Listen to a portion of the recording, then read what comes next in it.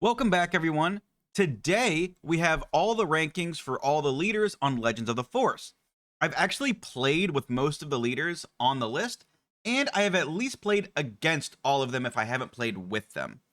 I'm going to rank all the leaders from 1 star to 5 stars, and I'll put on screen my ranking theory, just so you know what is a 5 star, what is a 3 star, things like that. The ranking methodology will also be in the description below in case you want to look at it while the video is going on.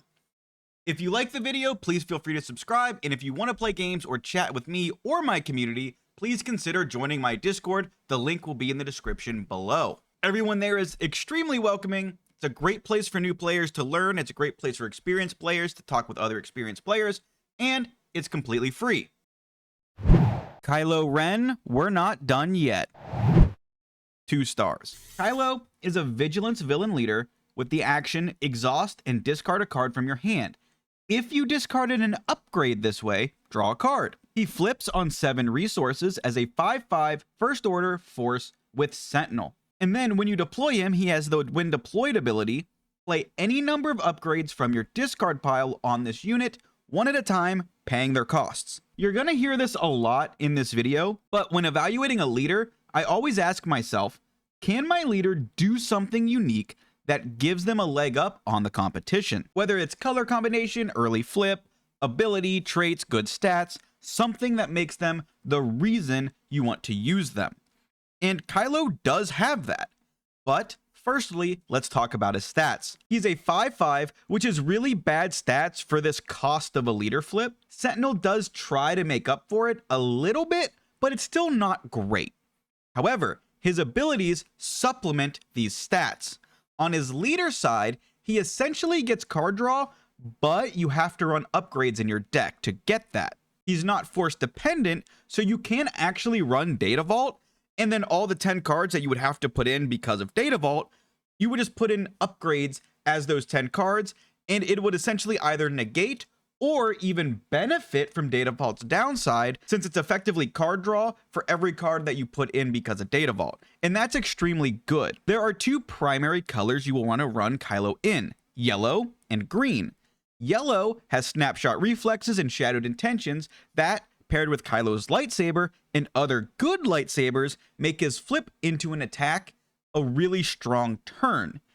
He can easily deploy and swing for 10 to 12 damage, and then have a big Sentinel left over that your opponent has to fight through to finally attack your base on the ground. If you shadow intentions Kylo, he can't even be Rival's Fault, which again is really nice. The other color I see him in is green, solely because of Craving Power, which is a balanced overwhelming barrage. You also do get Ramp, which lets you get to Kylo faster. Kylo flipping on 7 is a big downside if you run him in yellow, because there's no way to really speed up getting Kylo out.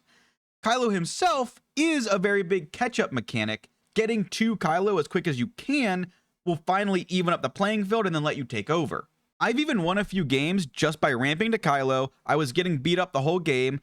I flipped into Kylo, got him upgraded really big, and then my opponent's deck had no answers to just defeat Kylo, and Kylo was essentially a 9/9 Sentinel on the ground.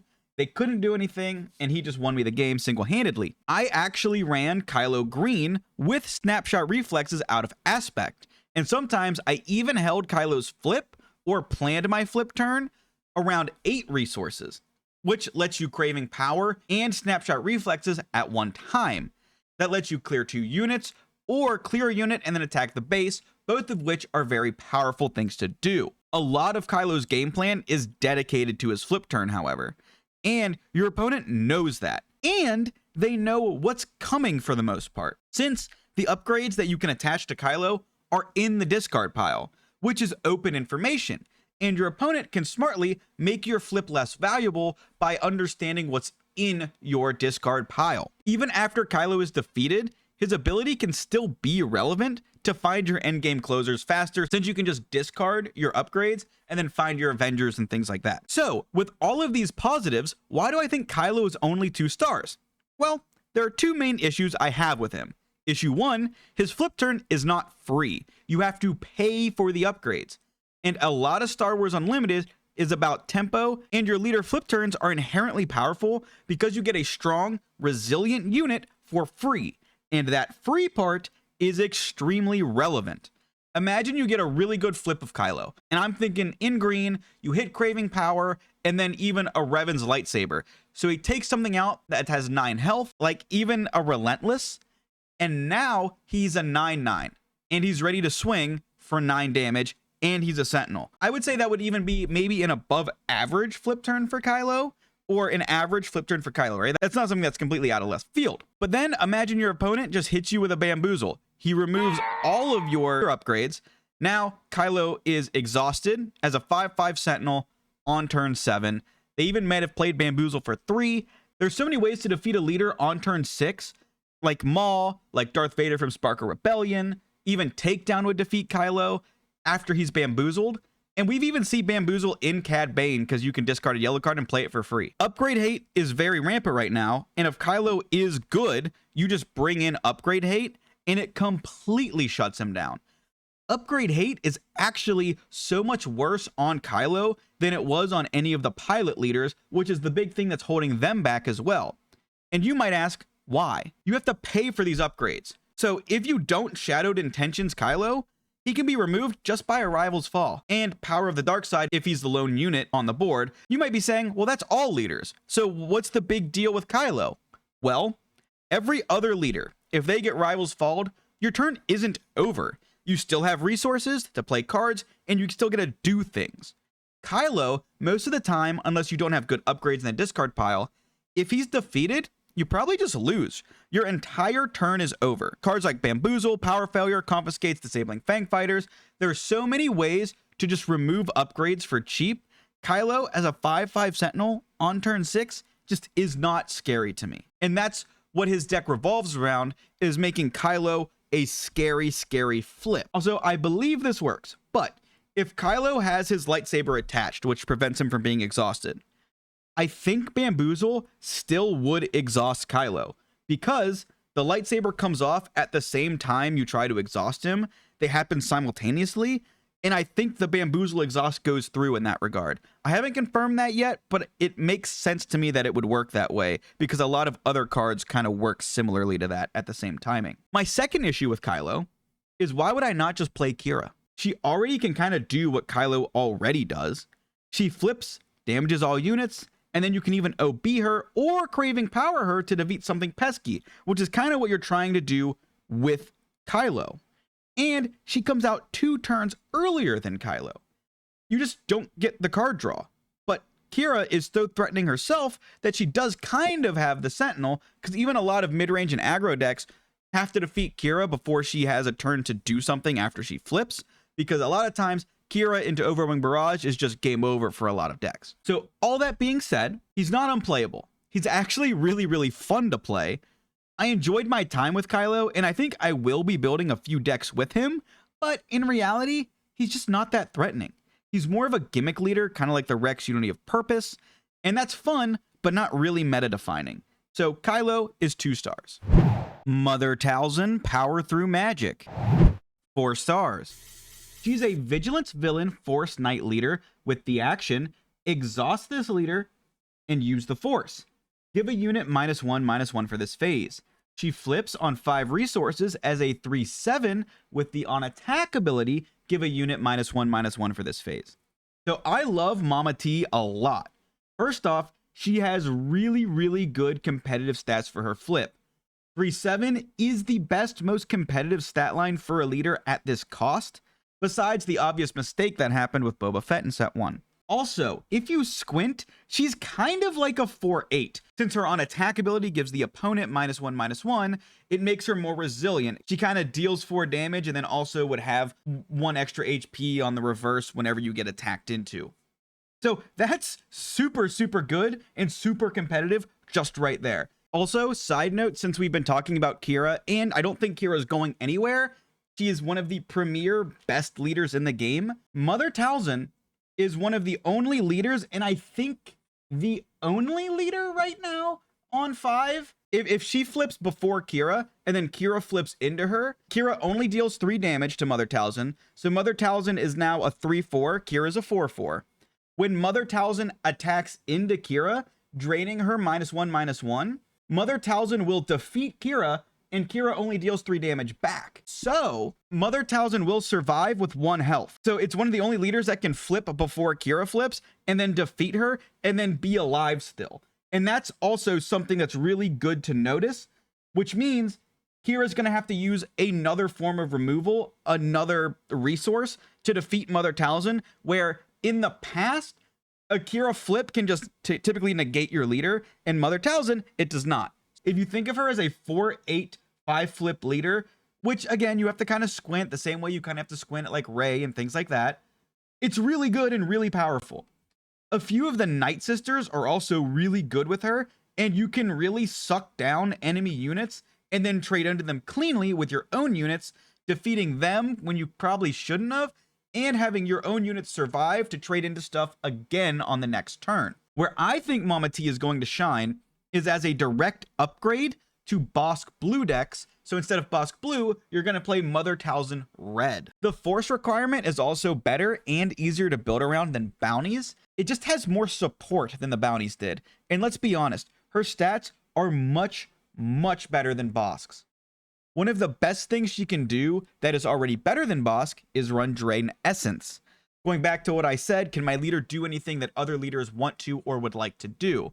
Hard Control wants to be able to defeat units as early as possible to mitigate damage cheaply and efficiently. In Mama T, Drain Essence can defeat everything but the new 4 health units on turn 1, since it gives -2/-2, and then the extra Force Suck from Mama T makes it -3 HP, thus defeating a lot of units like Battlefield Marine or Sabine. And that is something Hard Control decks want to do and like to do and do a lot. But the 4 health units running rampant next set is going to make this less enticing than what it would have been if Mama T was released set 4 or earlier. Mama T also has access to Force Throws, Force Chokes, Sorceress Blasts, and more, which Bossk didn't easily have access to. So Mama T is going to be the premier Hard Control leader going forward, and I think she will even be better than Bossk at Hard Control. And Hard Control will just in general be better next set. So that makes Mama T an easy 4-star leader. She doesn't replace Kira, but rather replaces Bossk. And I think she's going to have the bounties that Bossk ran be replaced with a few of the Night Sisters and maybe even a couple Sabers, which will help her fight aggro better than Bossk ever did. Maybe you don't even call it a Hard Control deck anymore because you're running more units, but I still think of it as Hard Control. You're just running the units to get access to the Force and getting like the extra -- sucks from all the Night Sisters that you don't have with Bossk. Ashoka Tano fighting for peace. 3 stars. Ashoka is a Force Fringe Vigilance Heroism leader with the action Use the Force, exhaust this leader, give a friendly unit Sentinel for this phase. She flips on 6 resources as a 5/6, with the on attack ability, give a friendly unit Sentinel this phase. I'm a very big Blue Hero homer. I absolutely love Blue Hero, and there really aren't that many crazy leaders in these colors. Basically, you have Rey and Yoda. And as much as I want to say Yoda is relevant and good, he really falls short a lot of the time. And I've been maining Yoda the second half of Jump to Lightspeed. Rey flips as a 2/6, but essentially she's a 3/7 Restore 3. Her leader ability is also good since you basically have a large amount of small units that you just buff up. You play really low to the ground and just flood the board and then buff up your units to make them scary.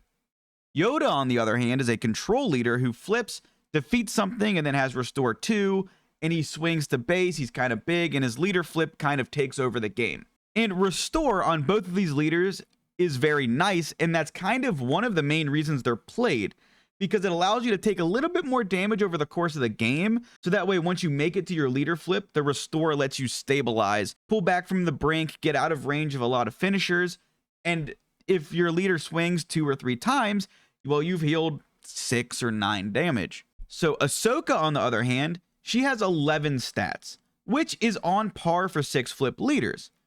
However, I want to argue that a 5/6 stat spread is worse than a 4/7 stat spread, because that 7 health is much more resilient than 6 health. Like, it's actually a pretty big deal, and it would have even been better if she could have had 8 health, because she would have been extremely resilient, especially if she could keep giving herself Sentinel. And comparing her to Rey, in the best case scenario, Ahsoka has 1 more stat, but not the 3 Restore. right? If Rey has the experience token on her, she's a 3/7, so she has a bucket of 10 stats, while Ahsoka has a bucket of 11. If you think about it, Sentinel can also kind of be seen as Restore.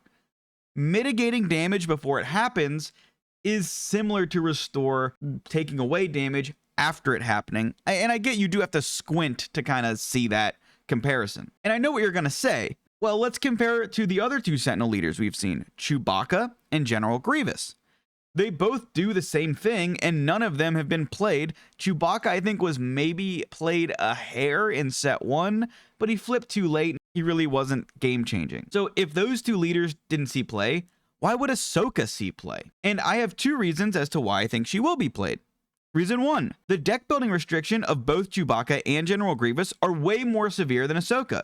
Chewbacca only can give Sentinel the phase the card is played, and only if it costs 3 or less. Both of those special deck building restrictions are pretty severe, and he also just flips a turn later than Ahsoka, inherently making him weaker. When we look at General Grievous, he can only give droid Sentinel, and he really lives or dies by how many good droids there are.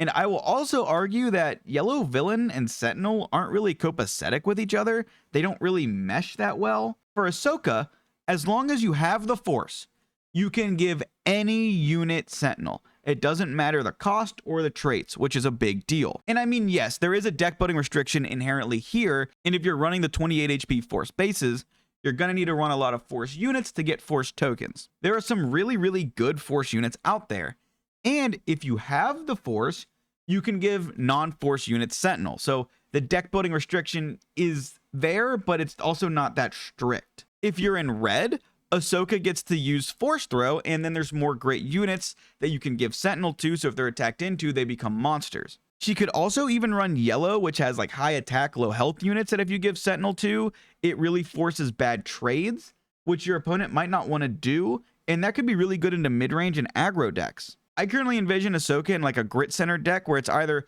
you attack into my grit units or you don't attack at all.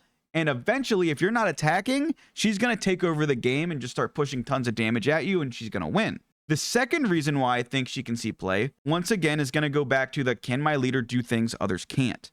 And Ahsoka gets her Padawan lightsaber in any color, which for 1 resource lets her swing for 7 at anything, defeating most relevant leaders or just slamming 7 to base, while also protecting herself by sentineling another unit or herself if you want to save base damage. And the lightsaber even lets you attack with another unit. So if you plan on playing the lightsaber and also attacking with a separate unit other than Ahsoka, you just play the lightsaber on Ahsoka and then swing with the other unit. And that's action cheating, which again is very good. Ahsoka, I think, will be one of the surprises for people. I think she's going to pop up at some point in the set as a pretty competent deck that people are going to start looking into maybe for a few weeks. Next up is Kanan Jarrus, Help Us Survive. 2 stars. He's a Force Jedi Rebel Spectre Vigilance Heroism leader. With the leader ability, Action, exhaust Kanan and pay 1 resource.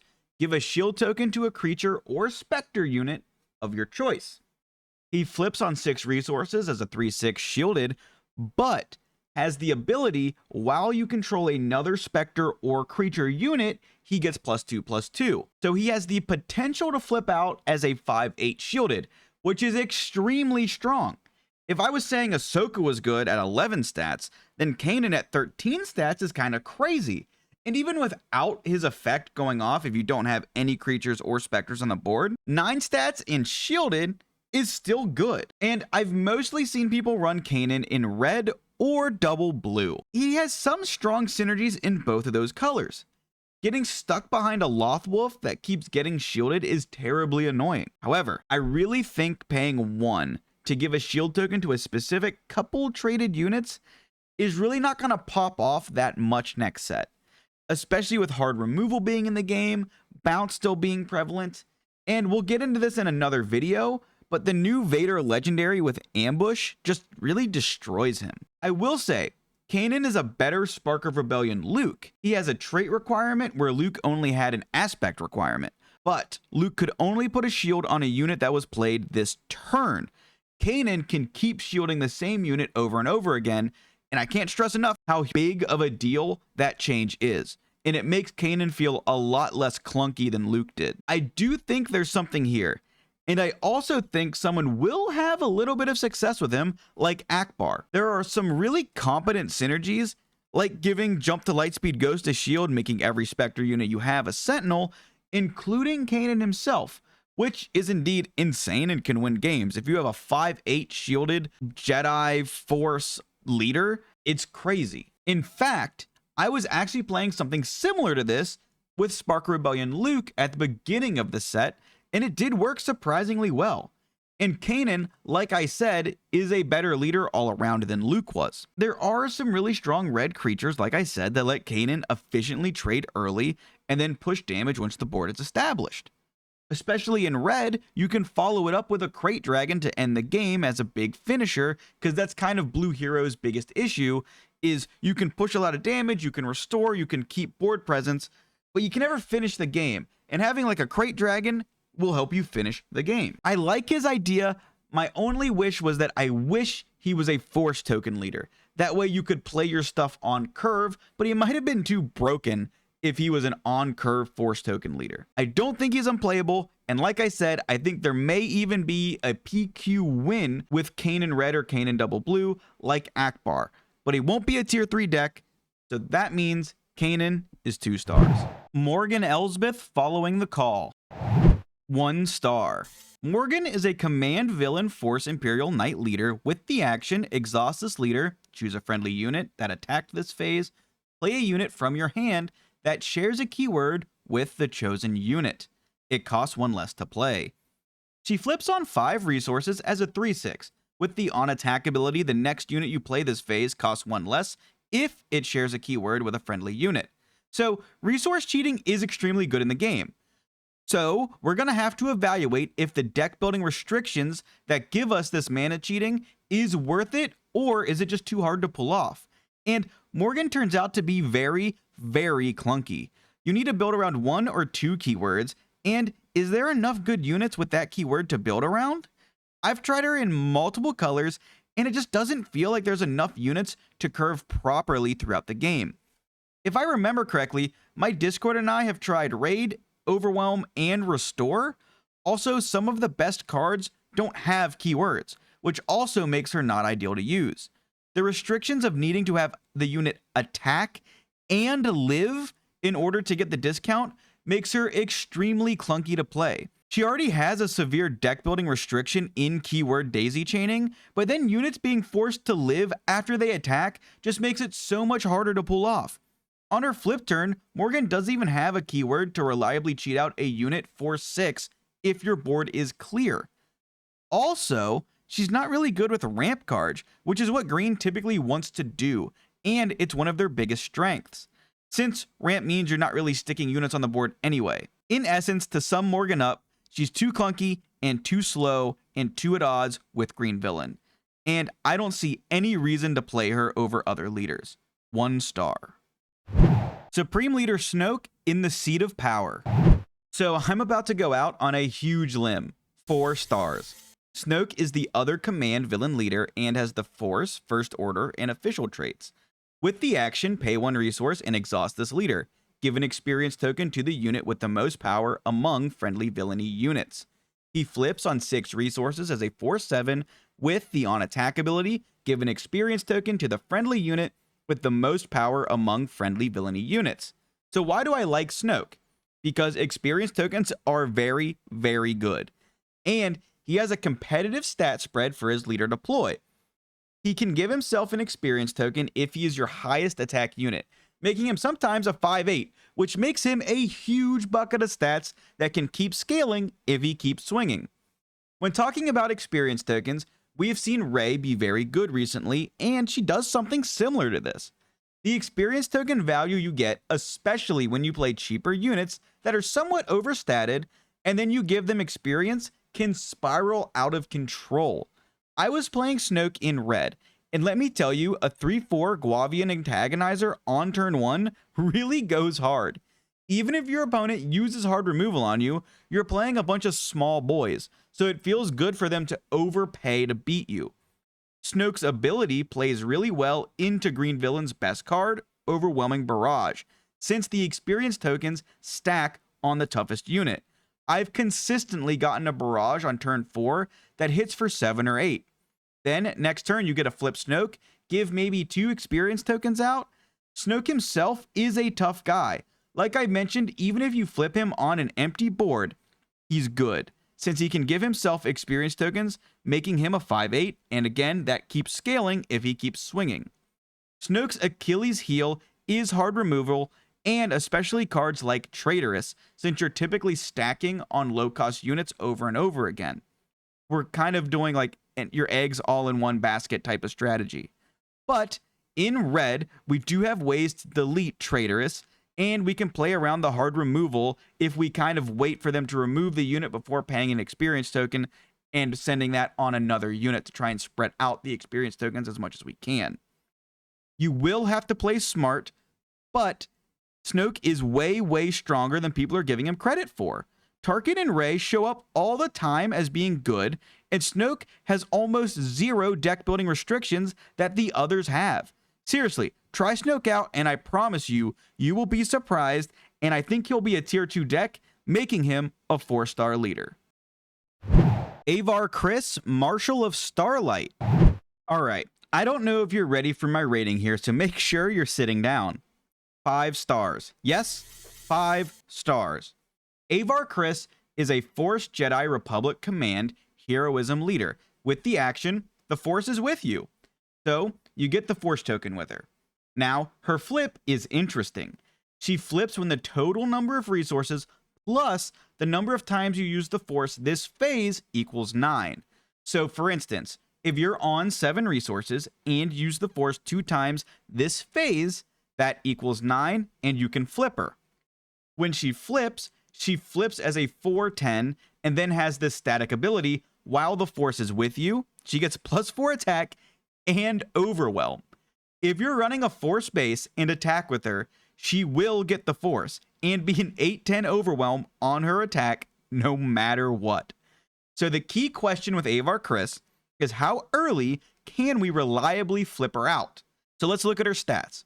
On 5 resources, we thought that Boba Fett collecting the bounty as a 4/7 was just absolutely insane for his stats alone. Now, he was banned for other things, but his stats alone were crazy and above rate. Avar Kriss has 3 more health than Boba Fett did, even without the Force. And with the Force, she has a total of a bucket of 18 stats plus overwhelm, and we thought that 11 was too much. Well, okay, I hear you. What if we can't reliably get her out on 5 resources? Well, on 6 resources, I'm saying that 11 stats worth is competitive. And again, she has 14 stats minimum. The most competitive 7 flip leaders, Darth Vader and Yoda, both have a bucket of 13 stats. So once again, even at the worst case scenario, Avar Kriss is better. And finally, Palpatine has exactly the same base stat line of 4/10 as an 8 flip leader. So the next question that you might be asking is, what turn can I reliably get Avar Kriss out? And in my testing, I have consistently gotten her out on turn 4, maybe around 35% of the time, and I've gotten her out about 70% of the time by turn 5.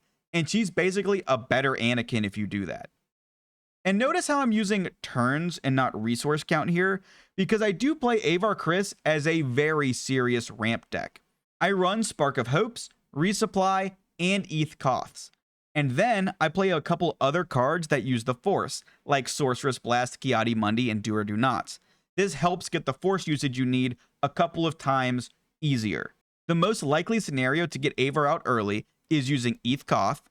There have been games that I went turn 1 play, followed by Resupply, followed by ETH Koth. Then on turn 4, we're at 6 resources because of the Resupply.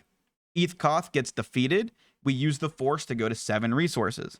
So now we have a bunch of ways to get what we need to flip Avar Kriss.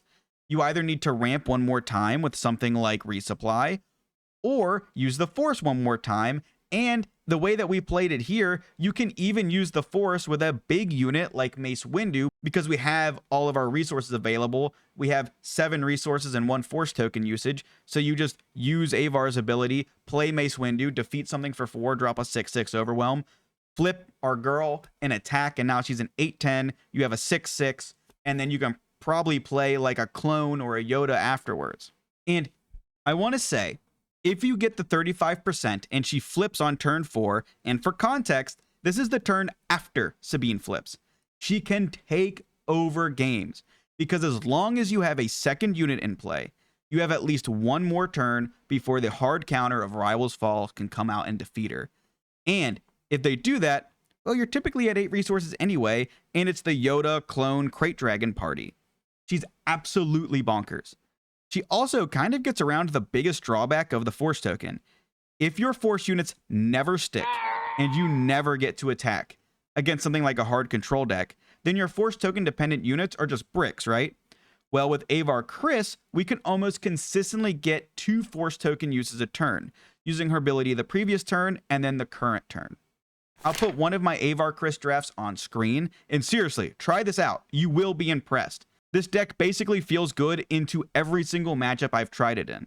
And when you're playing Avar Kriss, just know sometimes you have to play inefficiently the turn before because you're setting up your hand and you're planning on using the Force and ramping a specific way, so that way you can flip her out a turn earlier. That is how you play Avar Kriss. Sometimes it can be a little bit weird, but I promise you, you're going to play a couple games with her and then it's going to start clicking. Avar is a force to be reckoned with, and I think she is the best green hero leader we have.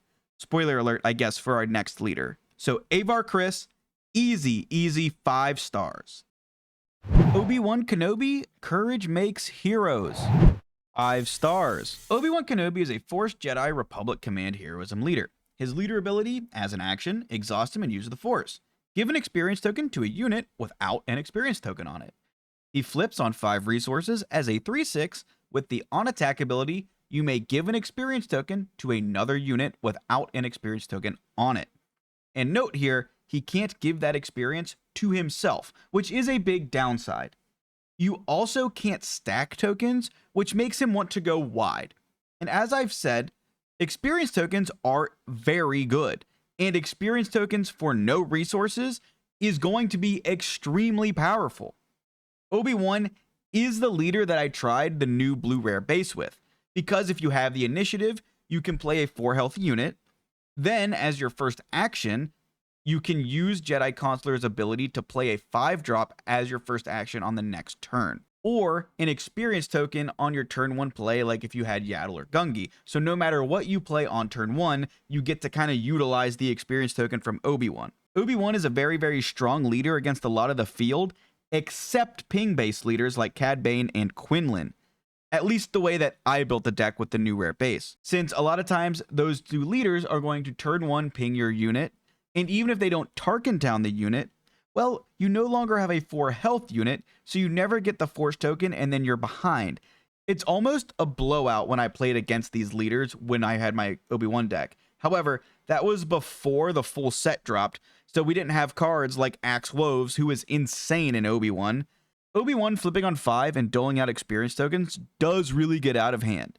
And he's one of those leaders, again, that can go wide and tall, especially for no resources. You can pump up your units a lot, and you can play on curve, giving you inherently more powerful units. And like I said, he is highly countered by 2 meta-relevant leaders, and I don't think those leaders are going anywhere anytime soon. If you run him in blue, like everyone, including myself, seems to think is his best color, you also don't get the extremely broken Force throw. But maybe you just run red and not run blue. That remains to be seen. He is pretty strong otherwise, and maybe people will get his matchups into Cad Bane and Quinlan better.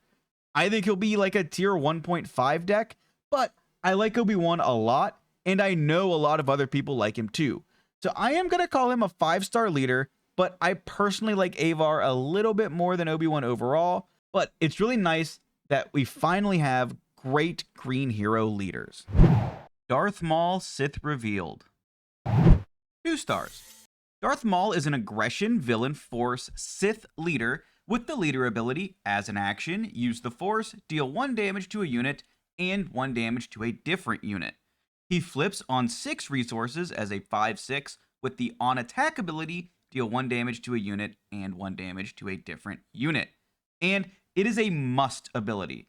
So if there are no units on the board or only Maul and another unit, you must deal damage to Maul and that other unit, even if it's your own. You can't just decide not to. He's going to be decent with grit. There are cards that are kinda geared towards him, like Scimitar and Ogda Bogda. He also gets the same Drain Essence play that Mother Talzin gets, but I think Talzin may be the better Force Red blue leader that we have this set, not Maul. The only reason he is 2 stars and not 1 stars is I feel like there's a hint of a deck with Darth Maul, since Malak and Revan's lightsaber exist and work with him. Darth Maul is the only reliable Sith leader that can flip at 6 resources or sooner, that has like no apparent drawback or downsides. The others are Darth Revan, who's a single color, but he flips on 5 with a powerful effect, but we'll get to him later. Asajj Ventress from Twilight of the Republic, who gets defeated by a stiff breeze, but she flips on 4, which is actually kind of awkward, since Malak comes out on 5 resources, and she's really squishy, so having her stick around that extra turn can be difficult. But with Asajj, you could actually run ECL, which would make the Malak double attack turn easier to do if Asajj can stick. So there could be something there with Asajj. And then you have Jump to Lightspeed Darth Vader, who has been good recently, but his deck is working with him as a pilot already, and that wouldn't work with Revan's lightsabers or Malak. So maybe you change up the deck a bit, but I don't know if that's smart to do. Jump to Lightspeed's Vader's deck didn't get that much support, so you could see people trying to adapt to fit Revan's lightsabers and Darth Malak in. I just don't know if that's what you want to do.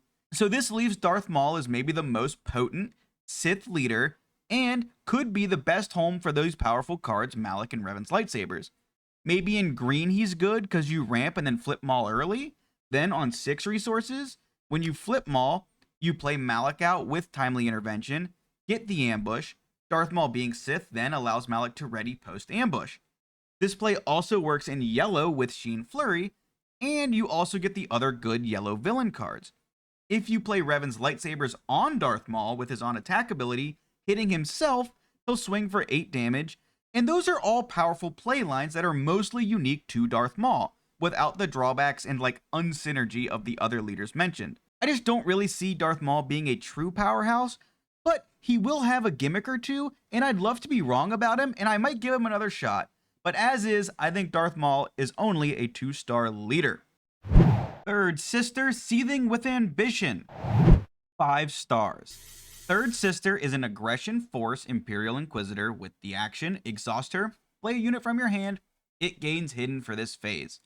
She flips on 5 resources as a 5/4 with Hidden, and the on-attack ability, the next unit you play this phase gains Hidden. This review has actually substantially changed since I wrote this script a month ago or so, and her rating has stayed the same, but for a different reason. And how you rate Third Sister is going to come down to, do you believe in Hidden or not? I think Hidden is amazing, and getting it for free and action efficient is kind of nuts.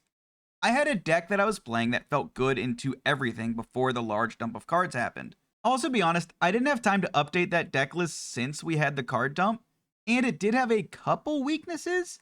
I do have a 2-hour deck tech video filmed, but since the card dump, I will need to make a couple edits, a few reshoots, and a few re-edits, and that will be coming sometime along with my 3 other deck tech videos that I'm working on. All that being said, I think people are really underplaying how big of a deal Hidden for free is gonna be.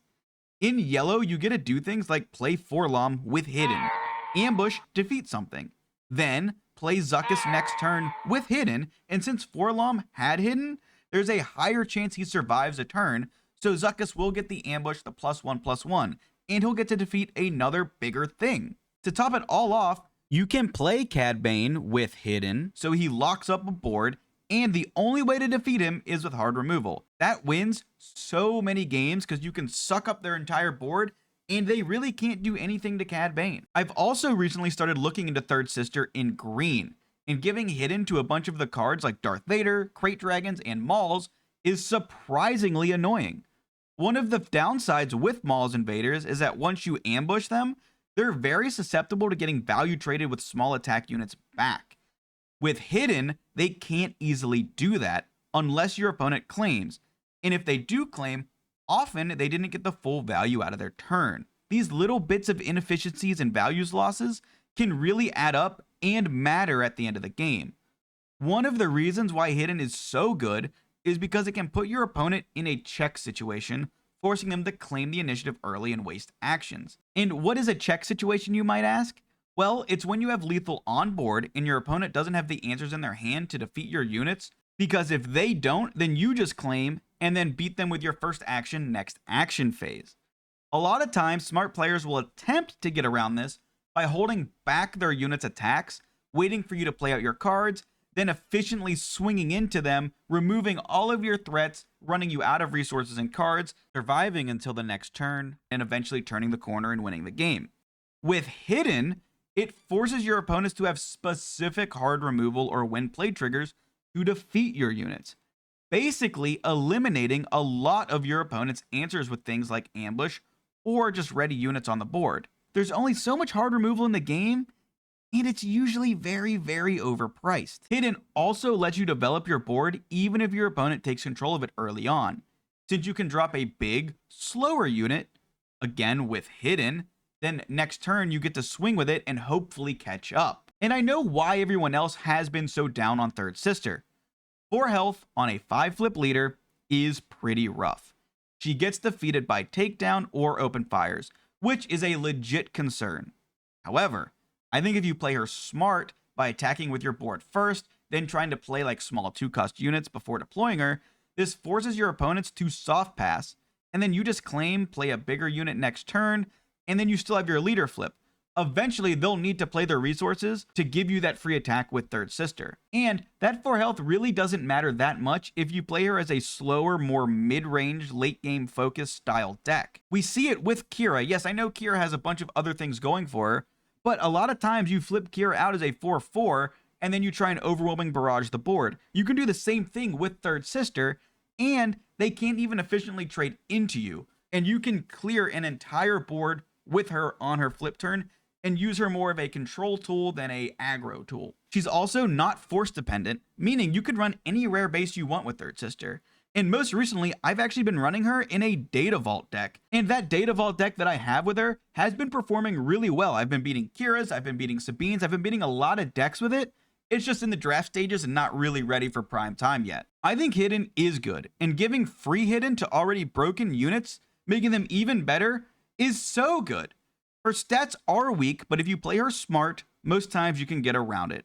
Third Sister is a 5-star leader. She is also the best force throw leader in the game. Firstly, it comes naturally in her color, meaning she can run any other color with force throw. One of the arguments people have to force throw is that you can clear your opponent's force units, thus turning off the damage portion of the card, which is true, but you can't clear hidden units that easily without removal.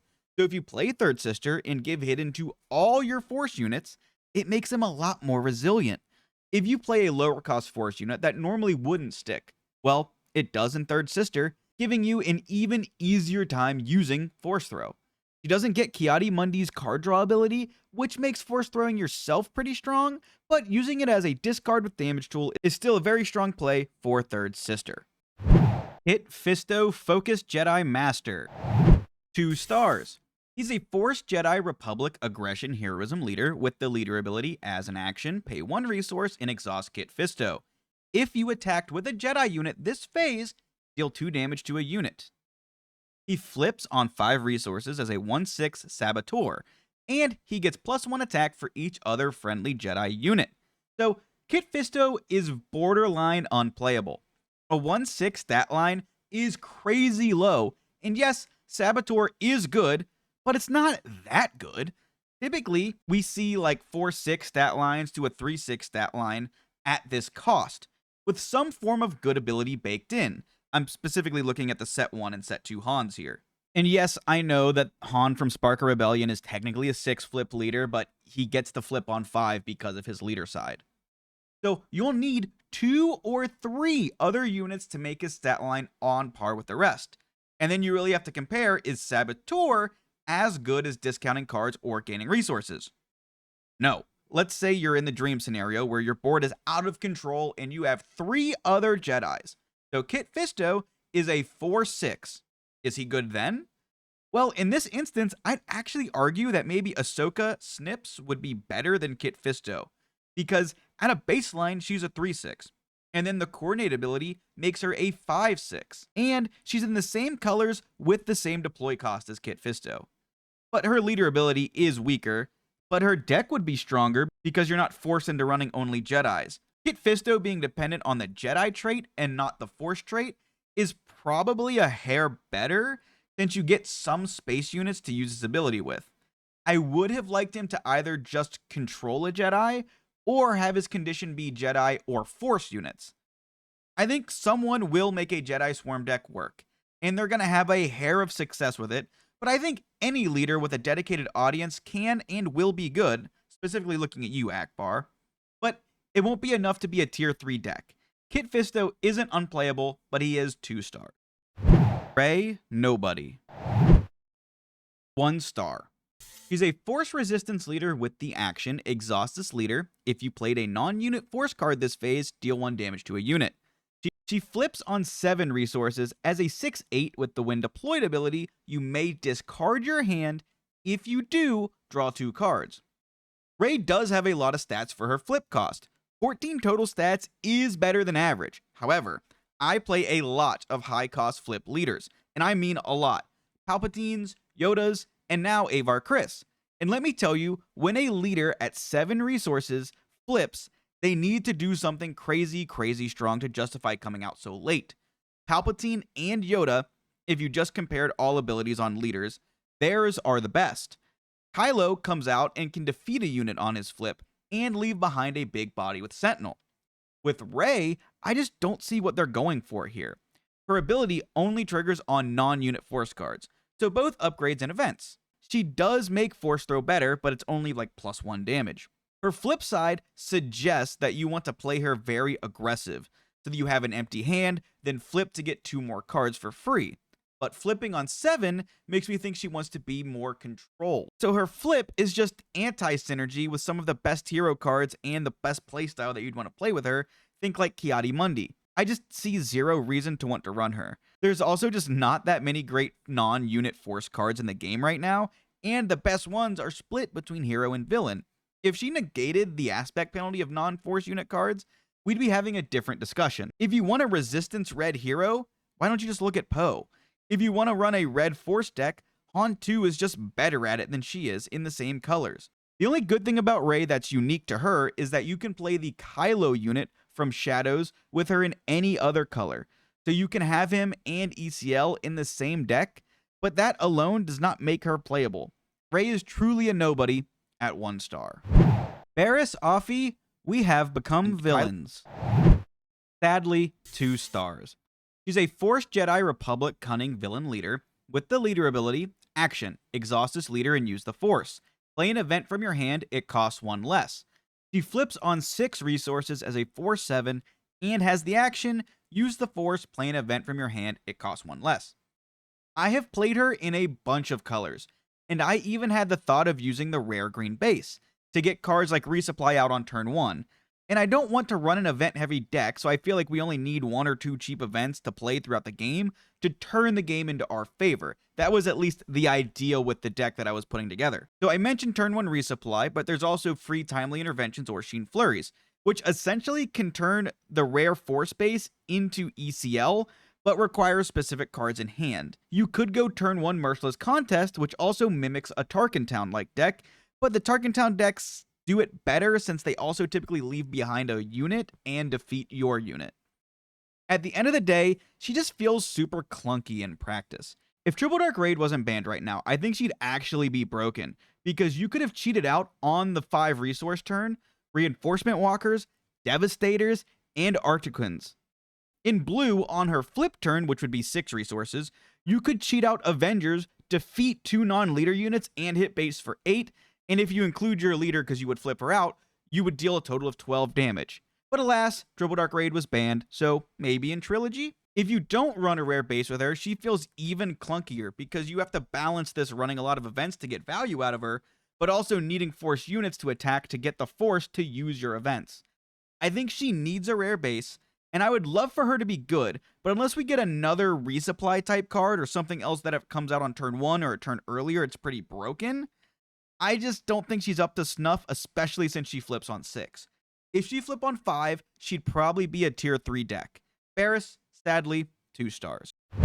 Grand Inquisitor, stories travel quickly. 1 star. He's a Force Imperial Inquisitor. With the action, use the Force and exhaust this leader. Attack with a friendly unit. The defender gets -2 attack for this attack. He flips on 5 resources as a 3/5 shielded unit. With the on attack ability, the defender gets -2 attack for this attack. Grand Inquisitor seems a lot like Jyn Erso, except he has a slightly more powerful ability, giving -2 attack, and he comes out a turn earlier than her. However, he does require the Force. I wish he had 6 health, because similarly to Third Sister, everyone is scared that Takedown destroys her, while Grand Inquisitor also gets removed by Takedown. There is some Inquisitor synergy, but I really just don't like his stats. And I don't like that he's a Force token dependent leader. The shield, however, is good against Force throw, so he has that going for him. If you think about like the +2 stat thing or -2 stat thing as being equivalent, Anakin giving our unit +2 attack for only 2 damage on base, which kind of synergizes with the leader and can be mitigated with Restore, is stronger than this. And Anakin is only a tier 2 or tier 3 deck, and he really depended on if he got the initiative token or not. I think Cunning Villain is the better color of the two, and I think I would honestly rather play Cad Bane in these colors or even Barriss over Grand Inquisitor. So Grand Inquisitor, 1 star. Cal Kestis, I can't keep hiding. 5 stars. Cal is a Force Fringe Cunning Heroism leader. His leader ability is, as an action, exhaust this leader and use the Force. An opponent chooses a ready unit they control, exhaust that unit. He flips on 4 resources as a 3/4 with the on attack ability. An opponent chooses a ready unit they control, exhaust that unit. So I know, everyone is dogging on Cal, but I actually really like him.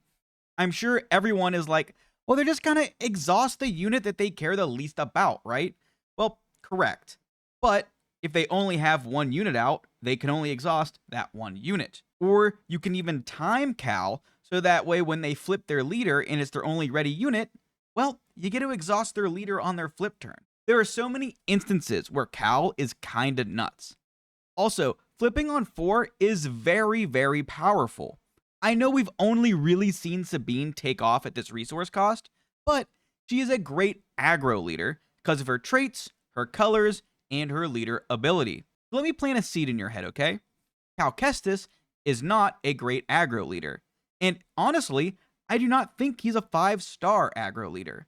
He could be, but I think he's the leader I want to do with what I've been talking about all spoiler season. He can be a yellow hero control leader. So hear me out. Control is really weak into aggro. It's usually the worst matchup. Cal is uniquely great into aggro since he flips early, letting you clear a unit and mitigate damage with his exhaust ability. His leader side also helps mitigate damage. This lets you fight the board early and take over with your late game control cards like Luke and Qui-Gon Jinn. You also have really good discard for control mirrors. I haven't put one of these lists together yet, but I do think Cal is going to be good. And if you want, I will put a deck tech video of Cal together. Eventually. He is a 5-star leader. It may not be right out of the gate or at Galactics, but come the end of the set, I think he's going to make a lot of waves. The ability to exhaust a unit while managing the rest of the board and flipping early is super good in Cal. I used to play in set 1 blue-yellow villain control. I started out on Thrawn because I was like, oh, exhausting stuff is really good. And it was. The problem came that he flipped on 6. And I was like, man, if I could just get a leader that flipped 1 turn earlier to fight the board and do a bunch of stuff, it would be really powerful and it would really help me move to the late game. And I eventually switched from Thrawn to Boba Fett because he flipped 1 turn earlier. You got his ability, which let him ready resources, so sometimes you could waylay and play a 2-drop at the same time. And essentially, that deck fought the board early and still had the great late game. It also had great late game into other control decks because of discard, and at the time you used Bounty Hunter Crew to recycle a bunch of Vigilance and stuff. Cal can do something similar. Flipping on 4 at the same time as Sabine, you can even flip, put a lightsaber on him, and then attack into Sabine and survive. I really think Cal is going to be super good, and I really think Cal is going to be that yellow-blue hero control deck I've been searching for. Qui-Gon Jinn, student of the living force. Alright, another hot take, and I know people are going to disagree with me. 3 stars. Which is a tier 3 deck, and I'm not saying he's trash, okay? But hear me out. He's a Force Jedi Republic cunning heroism leader with the leader ability, exhaust this leader and use the Force. Return a friendly non-leader unit to its owner's hand. Play a non-villain unit that costs less than the return unit from your hand for free. He flips on 6 resources as a 4/7 with the ability, when this unit completes an attack and survives, you may return a friendly non-leader unit to its owner's hand, and you may play a non-villainy unit that costs less than the returned unit from your hand for free. Okay, so elephant in the room, why do I think he's not broken like everyone else? That's because if you disrupt him once, he starts feeling clunky. I've done it plenty of times against people playing Qui-Gon. So let's talk about the good with him. He's amazing with sneak attack. You get to play a unit, attack, and then play the unit you were able to play anyway, ignoring the defeat clause of sneak attack. In green, one of my favorite plays is sneak attack the new Leia Organa unit, because she comes in ready, in space, and she ignores the first part of her text because she came in ready and didn't perform the action of readying. So, if you sneak attack her, then use the Force to move her to the ground arena. Now, each friendly heroism unit gets +2/+2 for this phase, including her. It doesn't say other, it just says all friendlies, and she's a friendly heroism unit, which means she is a 7/7. And she also pumps any other units you had from turns 1 and 2, making it maybe even a total of +6/+6. And then once she attacks, you get the Force again and can bounce her back to your hand and play Ahsoka or another 4-drop, discarding a card from your opponent if you played Ahsoka, which is the card that you could have played anyway in any other deck. He also works very well with cards like Millennium Falcon Piece of Junk, and he even somewhat works with Fernestra, since you can play her, attack with her, and then bounce her back to your hand. I think you're going to see Qui-Gon Jinn really surprise players early on, but once you learn how to play into him, he really does not feel that great. You just have to trade into his units, and then his entire turns can sometimes be ruined. He actually feels a lot like Quinlan Vos to me. Uphill battle until you manage his flip turn, but once he flips and you manage it, he's no longer scary. Now, you will be seeing people in blue playing things like Redemption, healing 8, bouncing into Luke, defeating something, and having a Luke on the board.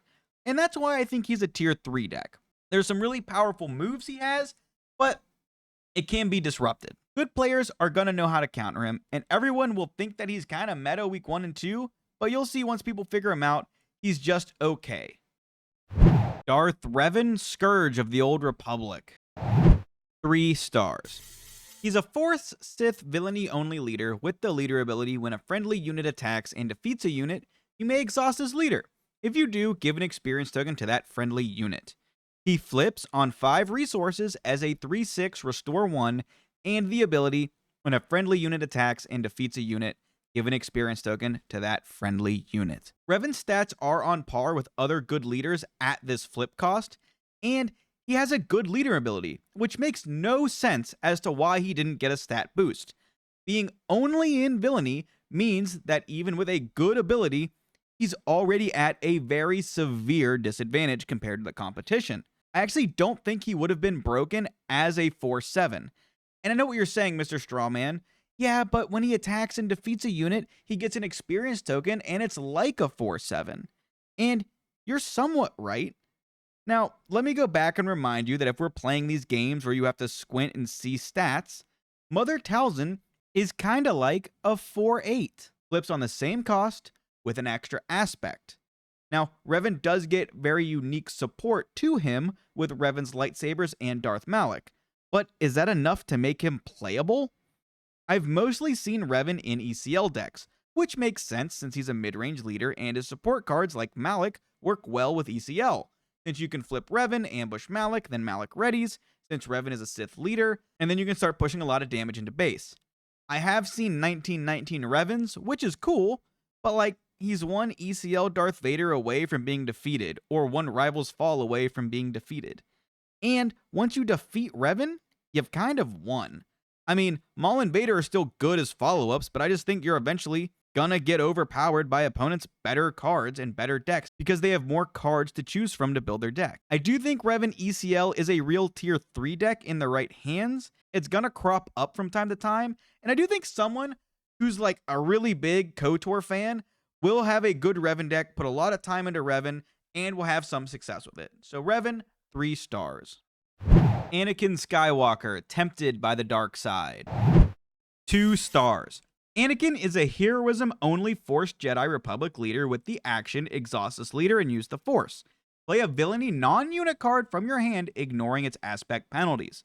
He flips on 5 resources as a Force 6 with the action use the Force, play a villainy non-unit card from your hand, ignoring its aspect penalties. I know everyone thought Anakin was going to be broken when he was pre-spoiled, but I really think he falls a little flat for me. Him only having 1 aspect penalty like Revan makes his decks naturally weaker. He also still has around even stats for a leader at this deploy cost, so the same question is going to be asked. Would he have been broken as a Force 7? I know some people will say yes, because he does mitigate the single aspect by being able to play non-unit villainy cards from any color. So if you're in red, he can play in the same deck Super Laser Blast, Overwhelming Barrage, No Good to Me Dead, and Force Throw, which may sound good on the surface. However, unlike Revan, whose ability always triggers, Anakin needs the Force, so he has this extra condition. I have seen Anakin mostly in blue with the rare base, since you play a card like Yaddle, and then you can start popping off with your crazy villainy cards. But he has the same weaknesses as my Obi Wan deck does in that deck. He's weak to Cad Bane and Quinlan Vos Tarkintown. His big payoff is the blue Anakin unit. So his crazy playline here is Anakin leader flip into Overwhelming Barrage, into Anakin blue unit, into Luke blue unit. I've also seen him in green since you can ramp and green hero does naturally have strong late game cards. Having access to events and upgrades in other colors does help him, but I think overall the deck Anakin has is still weaker than normal decks, even if he hits the Force often. I think he's only 2 stars because unlike Revan, he's also dependent on the Force token. Plus, non-units are typically a smaller percentage of your deck than units. Realistically, you're only going to have 8 or 9 villainy non-units at most, which really doesn't justify Anakin's 1 aspect penalty. One thing to note here that I'm pretty sure is right, pilots, when played using piloting, are treated as upgrades. So you can play villain pilots like Darth Vader with Anakin. I don't know if that's good, but it is something you can do. So Anakin, 2 stars. I will put on screen all the leaders in their rankings up, so you can just take a single screenshot and then make fun of me later on when I'm inevitably wrong. I want to give a big shout out to the YouTube members. If you enjoyed the video, please give a like and consider subscribing. If you would like to play games with me or just all around make fun of me, consider joining the Discord. The link will be in the description below. All I have for you today. Have a wonderful day, and see ya.